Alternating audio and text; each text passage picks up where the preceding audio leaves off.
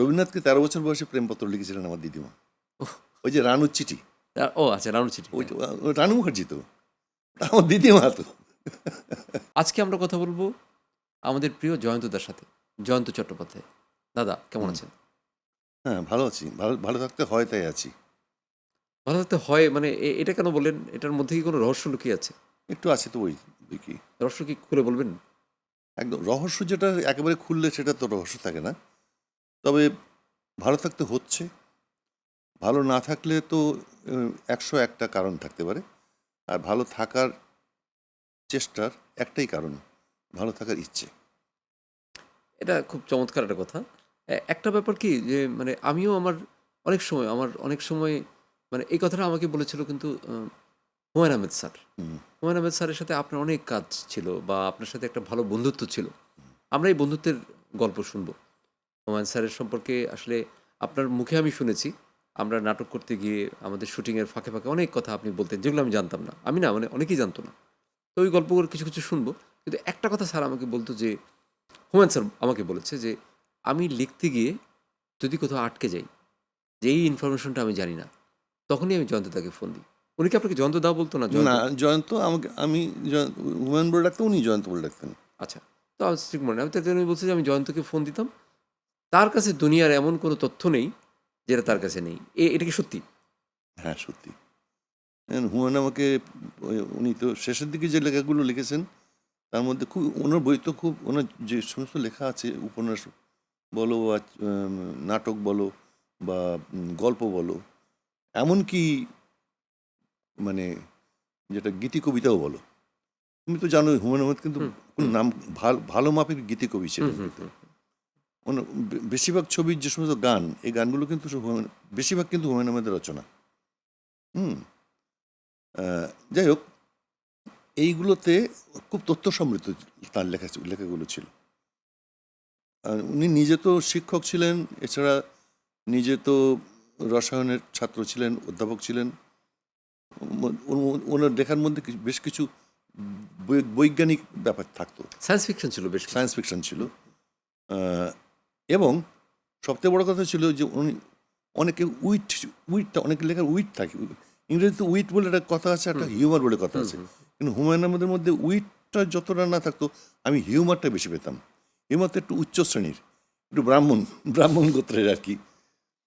তা এখানে এই ওনার যে ইনফরমেশনগুলো, যে তথ্য যেগুলো উনি করতেন, যেমন কথা কথা বলছি, রবীন্দ্রনাথ কবে গৌরীপুর এসেছিলেন, বা কবে মুক্তাগাছা এসেছিলেন, কার আমলে এসেছিলেন, কী গাড়িতে এসেছিলেন, এখান থেকে চলে গিয়েছিলেন এতে আগরতলাতে, হ্যাঁ, মানিক্য বাহাদুরের ওখানে কেন গিয়েছিলেন, এই সমস্তগুলো তাৎক্ষণিকভাবে তো সবসময় মনে পড়ে না। হঠাৎ কিন্তু 12:30 সময় হুমায়ুন আহমেদ, হ্যাঁ, ফোন করুন, জয়ন্ত কী করছেন? আমি আছি। শুনুন, যদি ঘুমিয়ে থাকেন তাহলে জাগুন, আর যদি অন্য কাজে ব্যস্ত থাকেন ফ্রি হয়ে যান। আমি কেন? এগুলো কি জানান।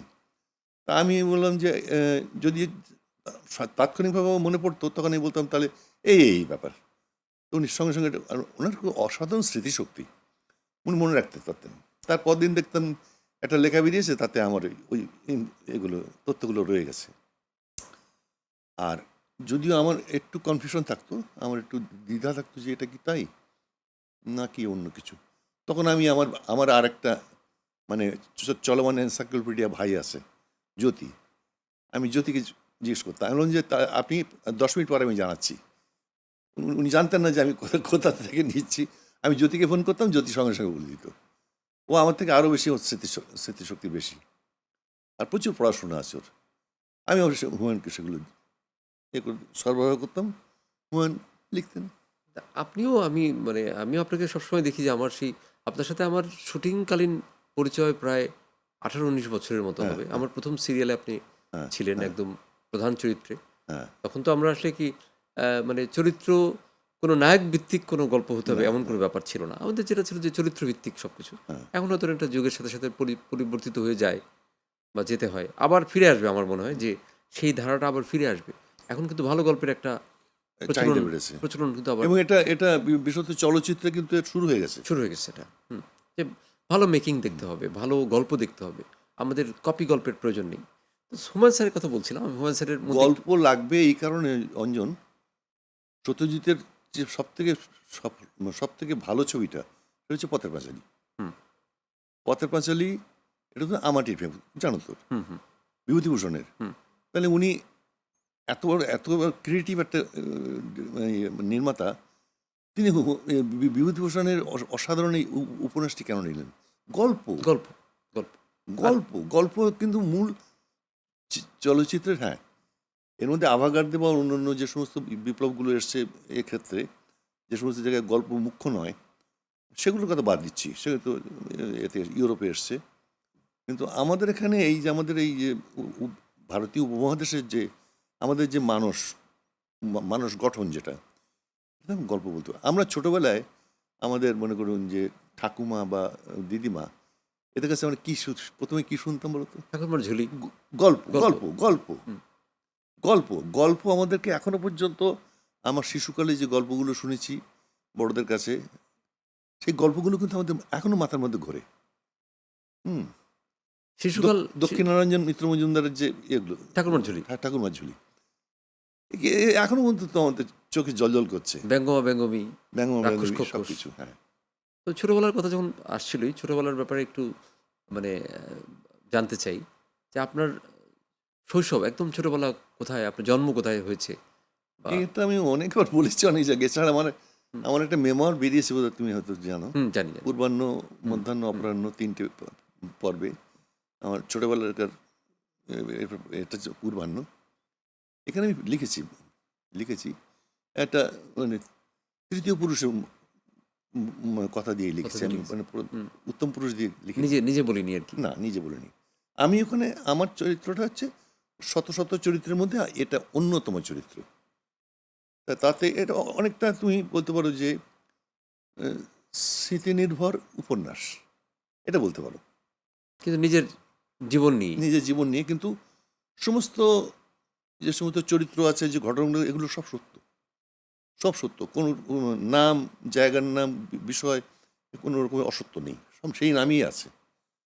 শুধু এটা সাজিয়েছি আমি একটা উপন্যাসিক ঢঙে। এরকম আমার এটাতে আমার বাড়ি তো, আমার যে জন্মস্থান যেটা, সেটা বর্তমানে সাতক্ষীরা পড়েছে জেলায়, সেই সময় খুলনা জেলা ছিল। আর তোমাকে একটা কথা বলি, আমি কিন্তু ত্রিকালদর্শী। আমার জন্ম কিন্তু ব্রিটিশ ভারতে। হুম। মানে ৪৭ এর আগে? হ্যাঁ, 47 থেকে ৪৭ এর আগে। 46-এ জন্ম আমার। ব্রিটিশ ভারতে জন্ম, পাকিস্তান ভারতে আমার শৈশব কেটেছে, তারুণ্য কেটেছে, যৌবন কেটেছে বাংলাদেশে। তাহলে ত্রিকালদর্শী হলাম না? ত্রিকালদর্শী হয়ে গেলে তো, হ্যাঁ। তো তারপরে ওখানে আরেকটু ছোট ইনফরমেশন জানতে চাই যে আমি জেনেছি, দর্শককে জানাতে চাই আরকি। আপ আপনারা জমিদার ছিলেন। আমি ছিলাম না জমিদার। মানে জমিদার বংশের আপনি একজন বলতে পারো, কিন্তু উত্তরাধিকার। সেটা বলতে গেলে এখন আমি সংকোচ বোধ করি। কারণ এখন যে জমিদারদের যে ইমেজটা এখন আমাদেরকে বোঝানো হয়, এটা অত্যাচারী এবং মধ্যস্বত্বভোগী। কিন্তু আমাদের পরিবারটা মনে হয় সেরকম ছিল না। আমাদের পরিবার বা আমাদের কাছের আরও একটা বড় জমিদার ছিলেন, হরিচরণ রায়চৌধুরী, রায়বাহাদুর। উনিও এমন ছিলেন না, এরা প্রজাবৎসল ছিলেন। তো ওই যে তখন যে একটা জমিদার পরিবারের সন্তান হলে যেটা হয় যে আপনাদের নিশ্চয়ই বনেদি ব্যাপার-স্যাপার ছিল ছোটবেলায়? আপ তুমি বলতে পারো যে হ্যাঁ, বনেদি শব্দটা বলতে পারো। হুম, এটা কিন্তু যথাযথ। হুম। আমাদের পরিবারে কিন্তু শিক্ষা এবং সাংস্কৃতিক চর্চা এটা বংশানুক্রমেই আমরা পেয়েছি। আর আমাদের মাতুল বংশের থেকে কিন্তু আরও বেশি পেয়েছি। তো মিক্সড এ তখন দেখা হ্যাঁ, যাচ্ছে যে হ্যাঁ। আসলে তখন তো দেশ ভাগ হয়নি তো। আমার হ্যাঁ। বাবা মার যখন বিয়ে হয়েছিল, তখন তো একটাই দেশ ছিল। হুম, হুম। আমার তারপরেও আমাদের এই দেশের পূর্ববঙ্গের লোকদের ওরা বাঙাল বলতো। আমাদের মামাবাড়ির লোকজন বাঙাল বলতো। আর এরাও সেমনি পাল্টাপাল্টি বলতো ঘটি। বুঝতে পারছো? ঘটির অর্থটা বুঝলাম না। ঘটির একটা অর্থ আমি পেয়েছি কদিন আগে এক ভদ্রলোকের মাধ্যমে। এটা ঘট থেকে ঘটি এসছে। মানে কেন? এটা ঘটি বলার কারণ কি? মানে যারা ঘটি বানানো নিয়ে ওরা ওদের ঘটস্থাপন করে কি পুজো এরকম একটা ব্যাপার আছে। আর বাঙাল মানে তো আসলে এই দেশটার নাম ছিল বঙ্গাল। প্রথমে বঙ্গ, তারপরে বঙ্গাল। এই অঞ্চলের, এই ভাটি অঞ্চলের সেখান থেকে বাঙাল। বাঙাল কিন্তু কোনো গালি না আমার মনে হয়, এটা হচ্ছে একটা অঞ্চলের অধিবাসীদের একটা অভিধা বলতে পারো। আপনি ওই যে মানে তা এখানে হলো কি, আমার আমার মাতুল বংশ কিন্তু, মানে আমাদের বংশটা হচ্ছে এই ভূস্বামী ছিলেন, আর আমার মাতুল বংশ ছিলেন কিন্তু ভারতের প্রথম ইন্ডাস্ট্রিয়ালিস্ট যে কজন ছিলেন তার মধ্যে একজন, যেমন হচ্ছে টাটা, জামশেদজি টাটা, জেআরডি বিড়লা, আর হচ্ছে আর ইয়ে স্যার আর.এন. মুখার্জি, হ্যাঁ, রাজেন্দ্রনাথ মুখার্জি। রাজেন্দ্র মুখার্জির তুই তার কন্ট্রিবিউশনটা তো বলি, এই যে হাওড়া ব্রিজটা আছে না, এটা কিন্তু ওনার ডিজাইন। আচ্ছা, উনি ওনার ডিজাইন শুধু না, ওনার ওনার ওনার কনস্ট্রাকশন ফার্ম থেকে তৈরি করা। ভিক্টোরিয়া মেমোরিয়াল হল আছে না, ওটা কিন্তু আমার মায়ের দাদুর। তাই নাকি? হ্যাঁ, আচ্ছা আচ্ছা আচ্ছা, এছাড়া হচ্ছে কলকাতা সিনেট ভবন আমার মায়ের দাদুর। টালার ট্যাঙ্ক যেটা প্রথম কলকাতার সারা শহরে যেটা পানীয় জল সরবরাহ করতো, টালার ট্যাঙ্ক, ওটা আমার মায়ের দাদুর তৈরি। উনি কিন্তু প্রথম যে কজন মানে বাঙালি সর্বভারতীয় লেভেলে যে ইন্ডাস্ট্রিয়ালিস্ট ছিল, bridge and রুপস, Martin and burn, Martin railways, এগুলো সব আমার দাদুদের কোম্পানি। এবং একটা পরিবারের মধ্যে শ্বশুর, পুত্র, মানে স্বামী এবং স্ত্রী, এই তিনজন নাইটহুড পাওয়া। ওরে বাবা, তো অনেক। Sir R N. মুখার্জি নাইটহুড পাওয়া, স্যার বীরেন মুখার্জি তার ছেলে, লেডি রানু মুখার্জি, নাম শুনেছো নিশ্চয়ই, লেডি রানু মুখার্জি, উনি কিন্তু নাইটহুড পাওয়া লেডি। এই তিনজন কিন্তু একটা পরিবারের মধ্যে নাইটহুড পাওয়া।